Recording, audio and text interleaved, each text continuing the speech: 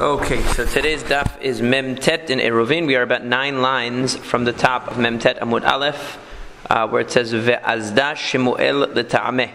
We said that according to Shemuel, when we have a situation of the 2 courtyards that are open to the middle courtyard. So he was saying that when you have 2 courtyards and they're open to the middle courtyard, and the issue was that the courtyard on the right makes an eruv with the courtyard in the middle, and the courtyard on the left makes an eruv with the courtyard in the middle as well.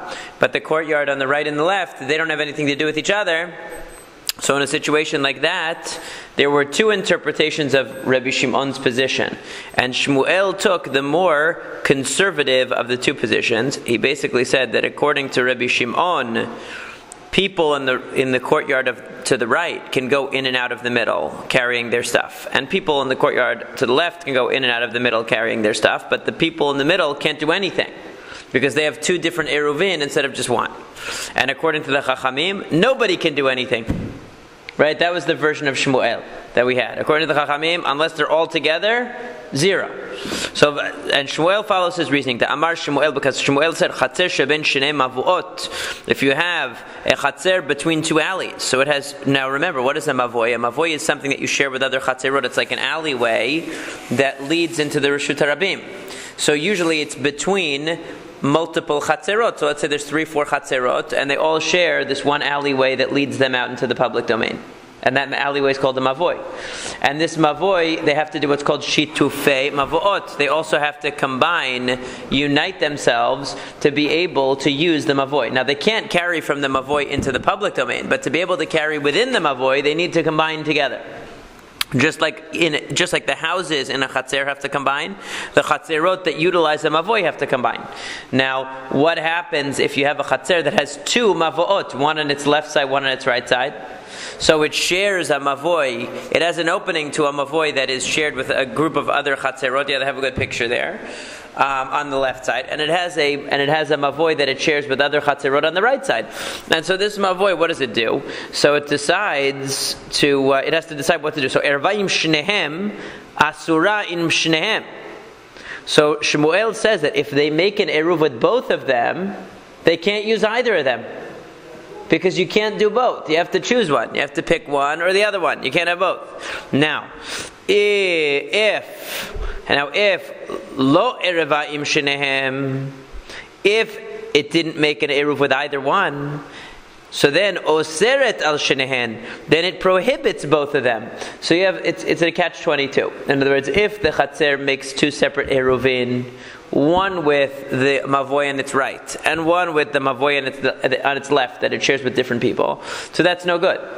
If it doesn't make any eruv at all, then it's a different problem. It messes it up for everybody. Because remember, if a chatzer opens, just like if you have 5 houses in a courtyard, and 4 of the people agree to make an eruv, and we're all going to be together, and one guy says, nope, I refuse to join, that ruins it for everyone. So too, if you have chatzerot that are open to a mavoy, let's say 5 chatzerot, 4 of them say we're in, one of them says, nope, we don't want to be in, it ruins it for everybody, because it has to be united. It has to be one united thing. It can't be that there's more than one entity using the mavoy. And if 4 people join into one entity, but the 5th person stays independent, that's also 2 entities. That's no good. So he says you can't do both, and you can't do neither, because if you do both, it's 0, and if you do neither, you ruin it for everyone. So what's the only choice? You have to choose one. Right? You have to choose one. So hayita be'ehad regila u'be'ehad ena regila, zeh sheregila bo asur ve'zeh she'ena regila bo mutar. Let's say you have a situation where this chatzer usually uses the mavoy on the right to go out. They're open. They have an opening to the one on the left, but nobody uses that one. They mainly use the one on the right. So then what we'll say is, if they don't make an eruv with either one, they only prohibit the people on the right, because those are the ones that they actually use that mavoy. Now the issue is, what's the ideal here? The ideal is they need to choose one and make an eruv, but they haven't done that. They've either made an eruv with both, which is no good, or they've made an eruv with neither of them. Now if they make an eruv with neither of them, which one do they affect? Are they going to ruin it for both of them avoot, or just for one of them? So the Gemara says they only ruin it for one of them, because they don't usually use the one on the left anyway. So the fact that they didn't make an eruv with the people on the left doesn't mean anything, because they don't normally go out that way in any case. But the people on the right, they normally go out through that mavoy.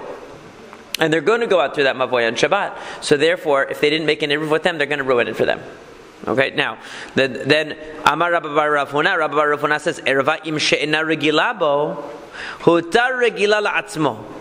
What if this courtyard did something really funny? So remember, it's open to two alleys, two mavoot. So what did it do? Normally, this courtyard goes out through the mavoy on the right.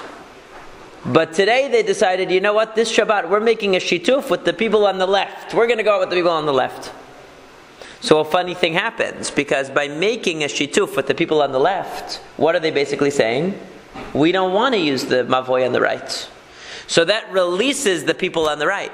So now the people on the right are released. It doesn't matter that this chatzer didn't join with them, because they're saying we don't want to be part of your group. It's like bitul reshut that we learned, that a person, if you have 5 people in a chatzer and 4 of them join together and one says, I don't want to join, but I give up my rights. So they're basically giving up their rights. They're saying we don't want that one, we want the one on the left, and we're going to join with the one on the left. That's fine. It's just when they did nothing that it's a problem. V'amar Rabba Bar Rav Huna, Amar Shmuel, and Rabba Bar Rav Huna said in the name of Shmuel, Im erva regila la'atzmo, ve'zeh she'ena regila bo lo erev, ve'hi atzma lo erva, dochin ota etzel she'ena regila bo. So let's say you have a very funny situation. So remember, there are 2 alleys. And each alley is used by a group of courtyards to go out into the main thoroughfare.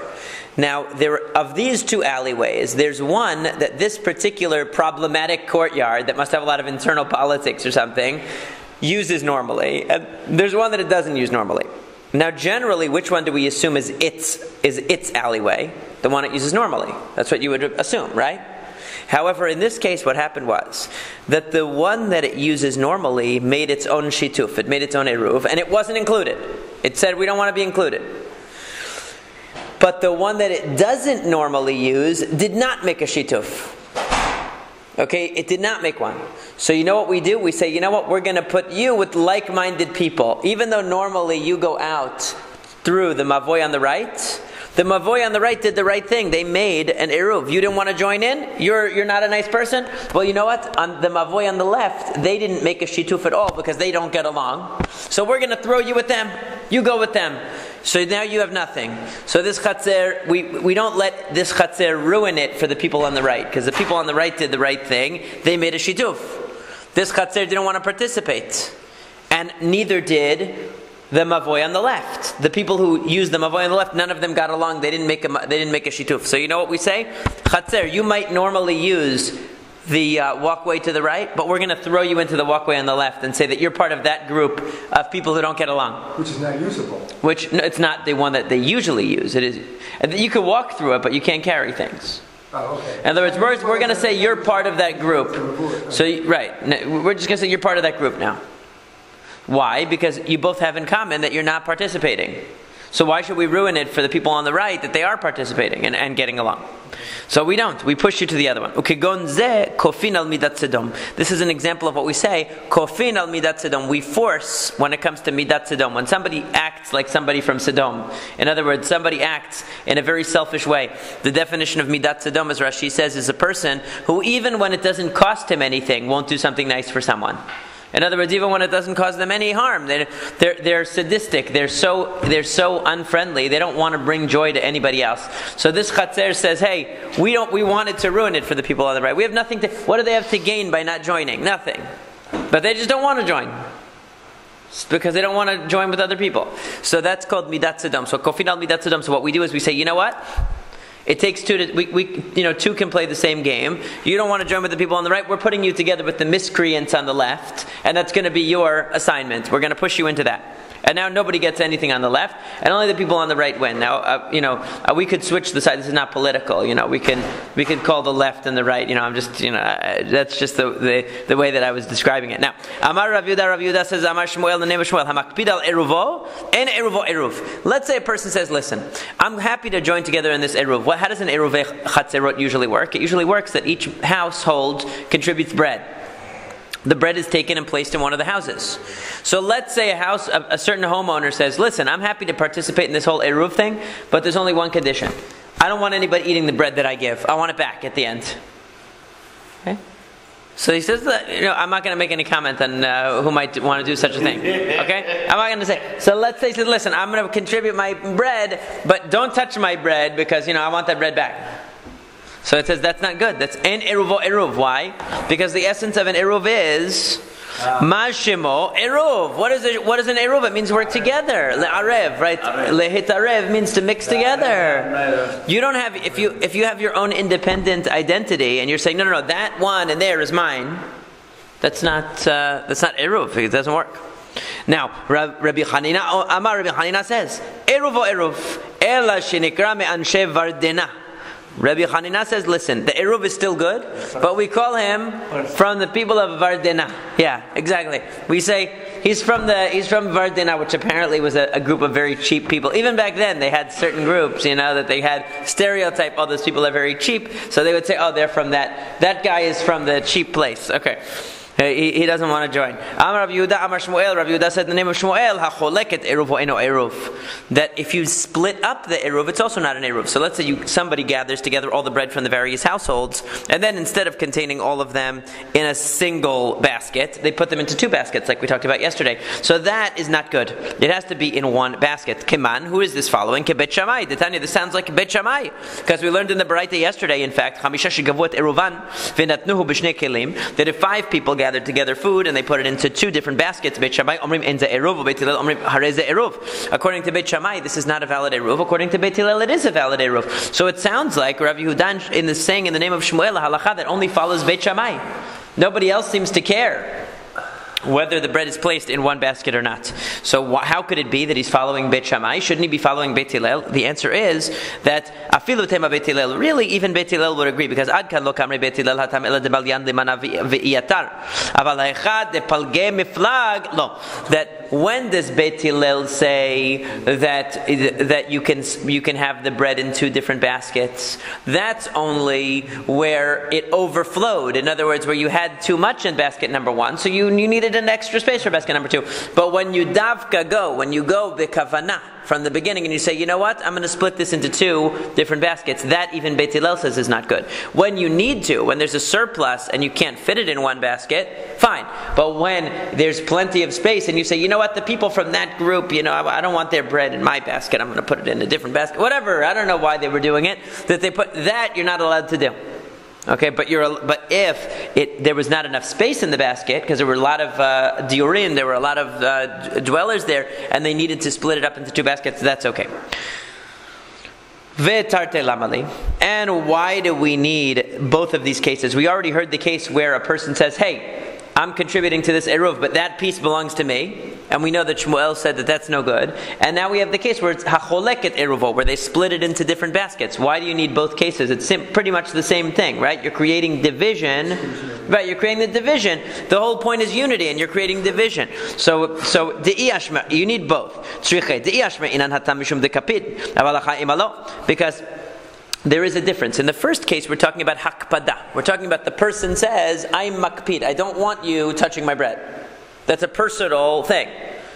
Okay, that's a personal, what do we call it? What's the word for hakpada in English? Like a pet peeve. Like he has an issue. He has a personal issue. Okay, however, but you'll say here, it's just a matter of physically separating them into baskets. You're not saying that nobody's allowed to use it. You're not being particular. If we only had the case of the basket, and similarly, you might say that when there's a physical separation in the eruv, we understand why that might invalidate the eruv if you split it into 2 baskets for no reason. But if psychologically the person says, I'm makpid, I don't want you to touch mine, maybe you would think that doesn't have an effect. So Shmuel had to tell you in both cases, if there's a physical separation in the eruv, that they're put into 2 baskets for no reason, or if you psychologically, you mentally say, hey, I don't want you touching I'm putting my bread in this basket, but nobody touched my bread. My bread is the one with the pumpernickel one that has this. I don't want you touching it. That, you would say, well, that doesn't really have any substantive impact. The eruv looks exactly the same, but it actually disrupts the eruv according to Shmuel. Amar le Rabbi Abba le Rabbi Yehuda. Rabbi Abba said to Rabbi Yehuda, Bebe ma'atzarta deve Rav Zakai. So they were in the wine press of the yeshiva of Rav Zakai. I think that's what Be'emar Tzartai is, right? It's the wine press, correct? Is that what they say? It's the winery, right? Of the house of Rav Zakai. So, Mi Amar Shmuel Acholeket Eruv Eno Eruv. Did Shmuel really say that if you split the Eruv into two parts, that it's not an Eruv? Amar Shmuel, but Shmuel said, Bait Sheminichan Bo Eruv, Eno Tzarich Liten Et HaPat. Mai Ta'ama Lav Mishum Da'amar Kevan Demanach B'Salah Keman Demanach Hachanami. I'm sorry. Let's take a step back. So, didn't Shmuel say that if you gather the Eruv in one house, the balabayit of that house, let's say we have 5 people, okay? And we're all making Eruvei Chatzerot, and we decide we're going to put that food at the house of Abraham. Abraham himself doesn't have to put bread in. So the 4 of us, we have to put bread in, but Abraham doesn't have to put bread in, because it's his house. So the Gemara says, why is that? Isn't it because isn't it because we say that since Abraham has other bread in his house, okay, he has other bread in his house, other food, it's as if he had put that bread together with ours. He doesn't actually have to put it in the basket with ours. He has his own bread basket in the house. And that's the reason, right? So, so to here, shouldn't we say the same thing? That even though you split the Eruv into 2 baskets, the fact is, who cares? They're all considered one. So Shmuel tells us that if the 4 of us bring our bread to Abraham's house, because it's my house. Since it's your house and you have bread in your house in the cabinet, it doesn't have to be together with our bread. That's the way they're interpreting it now. Okay? So too, shouldn't we say that if you split the Eruv into 2 baskets, you're okay? So the Gemara, of course, is going to pick up on the fact that that's not what we say mukhrach. That's not an absolutely necessarily the reason for the halacha. Because, no. That's not the reason. It's not because the homeowner has his own bread in the house. It's not because Abraham has bread in his cupboard that he counts as part of the Eruv. That's not the reason. Rather, the reason is because the concept of Eruv is we all live at Abraham's house. That's the concept. So Abraham doesn't have to put bread in because he lives there. But for John to show that he lives there, he needs to put bread into the basket. For Ben to show that he lives there, he needs to put bread in the basket, okay? So that's why everyone needs to put bread in the basket except for Abraham. Not because we say that the bread that Abraham has in the house counts towards the Eruv, but because he already lives there. And if we all slept over at Abraham's house, that would also work. Okay, but we're not all going to move into his house. We're just going to put bread there.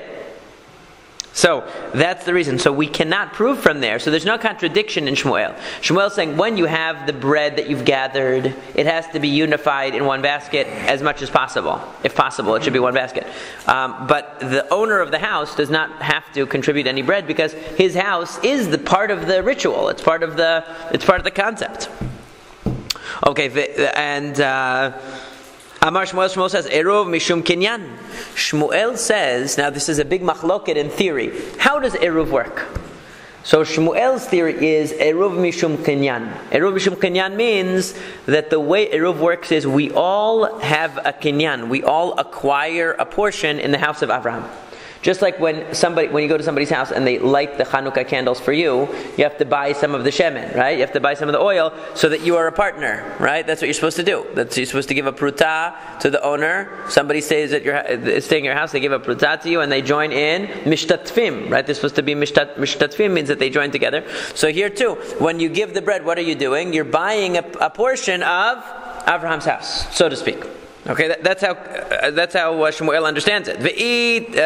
Ve'im tomar or ve'itema, and if you say mipnei ma'in konin b'ma'a, so if it's true that the whole concept here is kinyan, we're purchasing. Okay, so then if that's the case, so why don't we use money? Why do we use bread? Why are we using money? The answer is because oftentimes people don't have money around on Erev Shabbat. They went shopping, they spent all their money. They didn't have credit cards back then. Yeah, they spent all their money, and all they have is food around. So what are they going to use to do a kinyan? They're going to use bread. Makes sense. It's more readily available. So, however, he says, "Echad erev mihu liknei." So if that's the case, if I did come and say, "Listen, I don't have any bread. Here's $10," it should work then. Right? If I come to Avraham and say, okay, listen, I don't have bread to put in the basket, I'll put metaphoric bread, like they used to call money, They don't use that slang so much anymore. Right? That's like outdated. But I guess up until the 80s, they still used it, right? the good old days. So bread as money, they used to say, have some bread. Yeah, here's the bread. Where's the bread? Where's the bread? It used to be, that was slang term through the 80s. They still use it because I remember it. But in the 90s it fell out. So, but anyway, so metaphoric bread of the money, if I want to use it, it should work. So it's in the Billy Joel song, put some bread in my jar. Remember the Piano Man? And people are like, why are they putting bread in his jar? No, that was the slang for money. Okay, so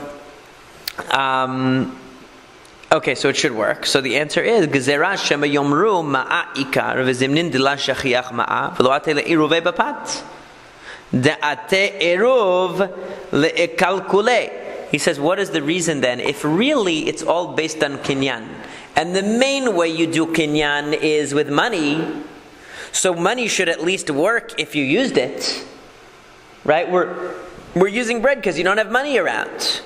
But that means that if you did have money around, it should work. Why shouldn't it work? So it seems like reverse, right? It's illogical. And he says, in fact, no, it doesn't work. Why not? Because what if one time you don't have money around? And you'll think that you have to have money to do it. People will make a mistake and think you have to have money. They won't end up using the bread because they won't realize that you can use bread, and as a result, they will not make an eruv, and it will undermine the concept of eruv. And Rashi says that will cause leishtakeach torat eruv. People will forget the concept of eruv. So it sounds a little counterintuitive because basically he's saying the main medium here would have been money. So we're using bread because people don't have money around. But what if they did have money around? They still can't use money because then people might think you have to use money. And if they think you have to use money, then they won't use it when they don't have money. They won't make it. So we use something which is most likely to be readily available as the only form, which is bread. Pickles wouldn't work. For Eruvei Chatzerot, we only use bread. Right. For Eruvei Chatzerot, we use bread. For Eruvei Techumin, they use all kinds of other foods as well. Usually for Eruvei Chatzerot, they use bread. That they use like matzah usually, because they can keep the matzah for all year, and it doesn't taste any different. So if somebody did make an eruv with money, did the evidence value? He's saying no, but he's explaining why. He's explaining the reason why is they didn't allow you because they didn't want people to think you had to use money. Now, according to the second theory, Rabba Amar Eruv Mishum Dira. You're wrong, Shmuel. With all due respect, it has nothing to do with acquisition. It's not an acquisition of a portion of Abraham's house. What it is dira. It's a symbolic dwelling. What shows that you're living somewhere where you put your food? So if I put my bread, I say, Abraham, can I drop my bread off at your house before Shabbat? You're saying you want to live there. So, my benaihu, what's the difference between Rabbah, who says that it has to do with dwelling, and Shmuel that says it has to do with acquisition? Ika benaihu kili upachot mishaveh peruta vekatan. There are three cases of difference. Number one is kli, the vessel. So Rashi says that according to Shmuel, you should be allowed to participate in eruv using a kli. What is it? How would that work? There's something called kinyan sudar, which means, and this is what we do for a ketubah actually. When the chatan accepts upon himself the conditions of the ketubah, he does what's called the kinyan sudar. That is that you give a kli, you give a vessel. Now in this case, how would you do it? You would give your vessel to Abraham, and Abraham accepting the vessel is makneh to you. He gives you a part of his dwelling. So Shmuel would say that would work. That should work. Kinyan of a kli. So we're not going to use money, but kinyan of a kli should work. Kinyan of a vessel should work. And the other difference, whereas for Rabbah that definitely wouldn't work, because how does giving Abraham a handkerchief to lift up, how does that show that you're living at his house? That wouldn't show it. Secondly, upachot mishaveh peruta. According to Shmuel, the bread that you give has to be worth a peruta. Because after all, what's the whole point of giving the bread? It's not bread per se, it's the value of the bread. The fact that the bread is being used to acquire a portion of Abraham's house. So it has to be worth at least a peruta. It has to have minimum value according to Shmuel. And the third thing is vekatan, a child.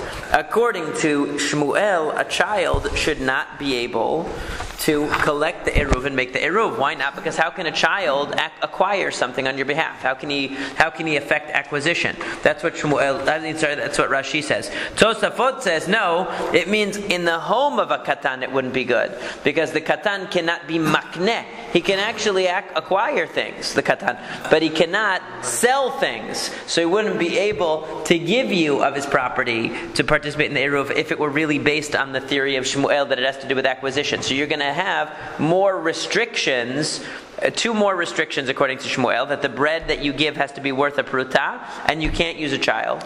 And you're going to have one leniency for Shmuel, which is that you can use a vessel to make the acquisition, like a handkerchief. You wouldn't have to use, as long as you're not using money.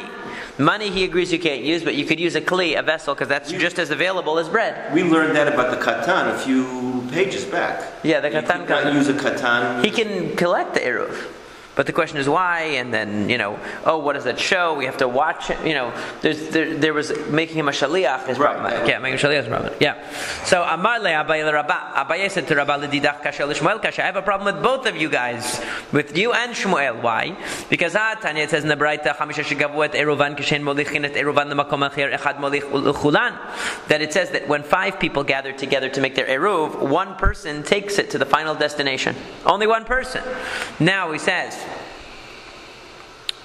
Hu niudikakane vitulo. He, if you're telling me that it has to do with kinyan, it has to do with acquisition, that person who brings the collected eruv to the location is the only one making the acquisition then. You all invested in him, but he's making the acquisition.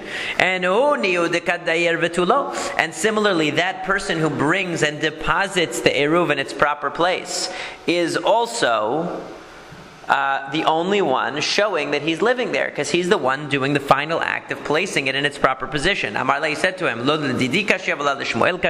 no, both of us have no problem here, because shilichut de kulhu ka'aved, because that last person is a shaliach.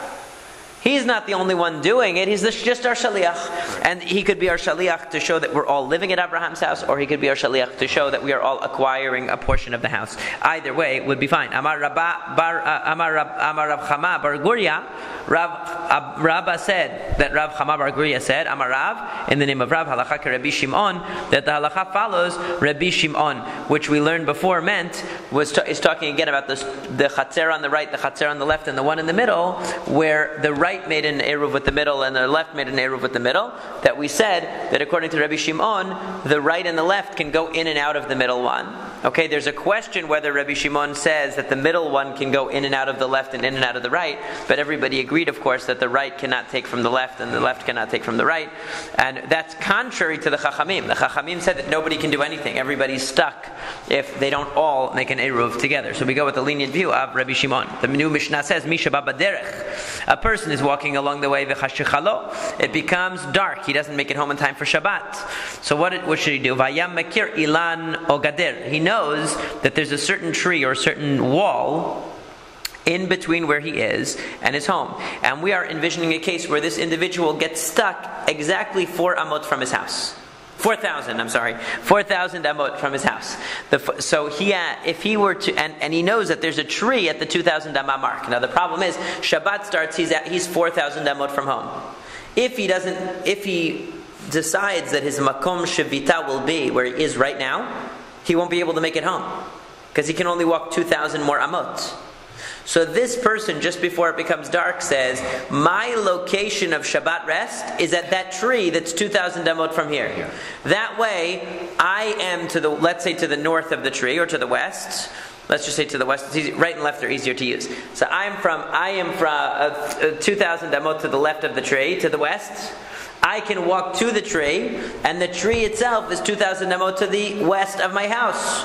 So that's no problem. Since I'm saying that my makom shevita is the tree, I'm within the boundary to the left, and my house is at the edge of the boundary to the right. So it's only 2,000 on each? Right, it's 2,000 on each side. If I were to acquire my makom shevita where I am right now, I'm 4,000 amot to the west of my house, which means I cannot get there on Shabbat. Now, so that's the issue. So it says, Ve'amar, if he said, Shavitati tahtav, my place of rest is under the tree or under the wall, lo amar kalum, that's not sufficiently precise. Because you have to designate a 4 amma space where your place is. It can't just be under the tree. The tree could be gigantic. So that's not specific enough. Rather, he has to say Shavitati be'ikaro. My place of rest is at the trunk of the tree. because that's a defined location under the tree of 4 amot square. And that's where he wants his place to be. And from there to where he is now is 2,000 amot. And from there to where his home is another 2,000 amot. And then he'll be okay. So what can he do then? So it says mehalech mimakom raglav ve'ad ikaro alpayim ama. He can walk from where he is to the tree 2,000 amot ikaro ve'ad beto alpayim ama, and then another 2,000 amot from the tree to his house. Nimtza mehalech mishachashecha arba'at alafim ama. So what we find is that he walks 4,000 amot east. Right? That's what he ends up doing, walking 4,000 amot east from where he got stranded to his home, and it's no problem. Okay, but im ino makir. But if he doesn't know a specific landmark that's 2,000 amot between where he is and at the midpoint of the 4,000 amot between where he is and his home, he doesn't know a landmark, or he doesn't know this halacha, and he said shavitati bimkomi, I want to rest right here. Zachalo makomo alpayim amalachol ruach. So then he gets 2,000 amot to every direction from where he is right now, but that's all he gets. So it's important that he do that, because if he doesn't say anything, he's just outside of his tichum. His normal tichum would be his home. And if he's outside of his normal tichum, what does he get? Only 4 amot, and then he can't really move at all. At least if he says, I don't know any place, I don't know any landmark that I can set from between here and my house. So I'm just going to say my makom shvita is here. At least if he designates it as right here, he gets the 2,000 amot leeway in each direction. Now the Mishnah says agulot divrei Rabbi Chanina ben Antigonos. According to Rabbi Chanina ben Antigonos, this whole idea of 2,000 amot is a circle. He's at the center of a circle, and basically the far point of the circle in each direction is 2,000 amot. So you have to draw a circle around him with him in the center, and from him to the extreme points is going to be 2,000 amot, but it's actually a circle drawn, not a square like we've been envisioning it. That's how he understands. The rabbis say merubaot. No, we're ketavla. We're talking about a square like a board. In other words, like a blackboard.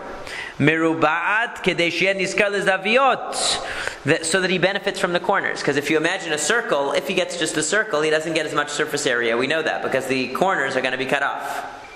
Right? If we draw it as a square, he's in the center, and we draw around him 2,000, 2,000, 2,000, 2,000, and we draw a rectangle instead of a circle. So he's going to have more area in total doing it that way. That's how the Chachamim draw it. This issue that they said that the poor person can be me'arev biraglav, we learned this yesterday. He doesn't have to put any bread where he's going to make his makom shavita. He can just go to the place that he wants the makom shavita to be when Shabbat starts, and he stands there till the sun sets, and that's his place for Shabbat. This is an example of that, right? Because this person was stranded on the way. He doesn't have any bread that he's leaving at that place. He's not even going to reach that place before Shabbat, but he's designating that place is my place for Shabbat, and I'm on my way there. And since I'm on my way there, I can designate it as my place for Shabbat under that tree. Okay? Well, what kind of Shabbat is it under? Well, he's stranded. He's stranded. So let's say I'm here, this is my tree, and this is my house. There's 2,000 amot to here. So if I get stranded here, I can only walk to the tree. So I say, no, the tree is my house for Shabbat. So now what can I do? I can walk to the tree, and then another 2,000 amot to my real house. So then I'm good. That's the theory behind it, okay? But I don't have any bread to put there. I can't even get there. But it's okay. Rabbi Meir says, just by walking, right? And even if he doesn't reach it on time, as long as he's on his way, he can designate it. As long as he's on his way. And that is the halacha, by the way. Now, Rabbi Meir says that the only time you can use feet alone to establish the eruv is for a poor person, because he doesn't have any bread. Or I guess this person who's stranded, he also doesn't have any bread to use. However, Rabbi Yehuda Omer, Echad Ani v'Echad Asher, Lo Amru Me'arevin B'Pat El Hakil Ala Asher, Shelo Yetzeh V'Arev B'Raglav. That, like we said yesterday, Rabbi Yehuda says, no, it's the opposite. The main way of doing an eruv is by using your legs, is by going to the place. Why did they allow you to put bread in the place? So that the rich person wouldn't have to go. In other words, Rabbi Meir is saying the main way of doing an eruv is with bread, but we have a leniency for a poor person that he can walk to the place that he wants to designate it as his tuchum. And Rabbi Yehuda says, no, it's the opposite. The main way of designating your place is walking there. But we make a leniency for the rich person that instead of having to walk there, he can have somebody put bread there for him. So it's machloket. Which one is the leniency? Which one is the stringency? The Gemara says, "My lo amar kilum." What do you mean that the person who says, and it said in the Mishnah, that if you say my shvita is under the tree, he didn't say anything. What do you mean he didn't say anything? So Amar Rav says, "Lo amar klum kol ikar da'afilu letachtav shel ilan no matei azil." It means literally, his words are worthless, which means he can't even walk under the tree. He can't even go to the tree. In other words, wherever he is stuck, he has 4 amot, and that's it. Because under the tree is under the tree is too vague. Under the tree is too vague. He didn't designate a real spot that he's going to be sitting. And where he is now, he definitely said, "I don't want the place that I am now." So he removed himself from the place that he is now. But he didn't designate a destination. So what does he do? He's stuck where he is with only 4 amot. Now, that's the way Rav says. Okay, Ushmuel Amar Shmuel says no. Lo Amar Klum lebeto, aval letachtav shel ilan matziazil, v'nasat tachtav shel ilan chamar gamal. So Baal limdod min hatzafon modidin lo min hadarom. Baal limdod min hadarom modidin lo min hatzafon. So basically, Shmuel says no. That's not what it means. It doesn't mean that he doesn't get anything. If he says I'm under the tree, it doesn't mean that he doesn't get anything at all. What it means is that he doesn't get the entirety of the, in other words, since he didn't designate a spot in the tree, we have to treat the entire tree as a safek. Chamar gamal means we're pulling in 2 directions. Donkey driver and camel driver, that's what they use, meaning we're being pulled in 2 directions here. So what does it mean? I'm coming up to the tree. So if I want to know from here to where I am now, how much space do I have? I count the 2,000 amot, but where do I have to count it from? I have to count it from the other side of the tree because I have to minimize. I have to assume the worst. So since I didn't specify, so if I'm going to count in this direction, I have to start from this side to be machmir. And if I want to know how much space do I have from the tree to this direction, what do I have to do? I have to count from the opposite side. So in other words, if I want to know from to the east how much I have to start by counting from the westernmost point of the tree. And if I want to know how much do I have to the west of the tree, I have to start counting from the easternmost point. In other words, you are trying to make it easier, closer to. So that's what you would want, but you can't, right? That's what you want, but it doesn't. It backfires because since you didn't specify which part of the tree did you want to be your spot, so now we have to assume stringency on both. So if I'm looking from this side, I have to start counting from this side, which means I'm going to get less. I'm going to get less than 2,000 amot because I'm going to here. Now if I want to count from this side, I have to start counting here, so I have less. So why? Because this whole thing I have to be stringent. That's what Shmuel is saying. So Shmuel holds that yes, you get your 2,000. You get your. To gain to be. You don't gain. You actually lose. You lose, but the objective is to get to the house. Yeah. So if you were lucky. If you were lucky, you still might be able to get to your house. It depends how far it is. Let's say you're only 3,000 amot from your house, right? So then you'll be okay because you'll still have enough. Even minus the amount of the tree, you'll still have enough to get to your house. But if not, you might not. Now, so what's the point? The point of Shmuel is it's not that saying my shvita is under the tree is meaningless. It establishes your shvita under the tree, but since we don't know which part of the tree, we have to be machmir on both sides. Okay? Now, whereas according to Rav, saying under the tree is nothing. In fact, it's doubly nothing, because not only do you not get a position under the tree, where you are, you said you didn't want that either. So that means you're stuck in your place. You don't even get the 2,000 amot in each direction. You get 4 amot because you stuck yourself. Now, we just turned to the beginning of Amud Aleph, of Nun Amud Aleph, just to read the last piece here. He says that Amar Rabba says, what is Rav's reasoning for saying that you have nothing? Because Mishum Delam Misayem Atre, because he wasn't specific enough about the location he wanted. Ve'ika da Amra, and some say Amar Rabba Maita Amad Rav Mishum de Kasavar Kosheno Baze Achar Ze Afil Bavat Achat Eno. That he says anything that you can't do one after the other, you can't do at once. So what does Rashi say? Dekevan dimsiyem dalit tzefoniot eno yachol lachzor bo livor dal deromiot liyot lo shvita kan vechan ki amar nami kulu kachada kigon achada amar shvitati tachtav lo amrinan deknu. What he means is that since if he were to have designated, we're assuming that under the tree is a full 8 amot, let's say there were 2 possible spots under the tree. Okay, just for argument's sake. If he had designated spot number 1, he wouldn't have been able to switch it for spot number 2. So too, he can't do it bivat achat. He can't do it all at once. In other words, he can't say the entire thing is my spot. because he couldn't do one after the other. So my beinayu, what's the difference? Ika beinayu damar liknuli barba amot migo shimoneh. Man de amar mishum de la misayem atre halo misayem atre. Oman de amar mishum kol sheino bazeh acharze afil bavat achat eno haike arba amot dame. Teacha arba amot ka'amar. So what it means is this: that according to Rav, there are two possibilities. Either the reason why Rav doesn't let you say I want my spot to be under the tree is because you're actually designating two spots, and you can't designate two spots. That's the problem. You're designating 8 amot, you're only allowed to do 4. Okay? Or is it just because you're not specific enough? In other words, is it a quantitative problem that you said you wanted 8 amot, you said you wanted 2 spots, and you're only allowed to have 1? So you're not allowed to take 2? Or is it a qualitative problem that you didn't specify which? Okay, so the question is, what's the difference? The difference would be, let's say he said, 4 amot of the 8 under the tree are my spot. I'm not going to say which ones. So there, on one hand, he's still not being specific. Right? But at least he's saying, I only want 1 spot. He's not trying to take 2 spots. He's saying, I want 1 spot, but I don't know which one. So there, the Gemara said it would be a question. Because if the whole problem is the lack of specificity, we still have a lack of specificity because we don't know which of the 2 spots. But if the issue is, you need to have only 1 spot, and you were overreaching and taking 2 spots, well, he's saying, I only want 1 of the spots. I just don't know which one. And then it could be that would be enough to at least give him some leeway with regard to going under the tree, like the way that Shmuel said, saying, okay, we'll be devil's advocate, and we'll say the spot that's the furthest to the east, or the spot that's furthest to the west, depending on how we're measuring it. In Shmuel's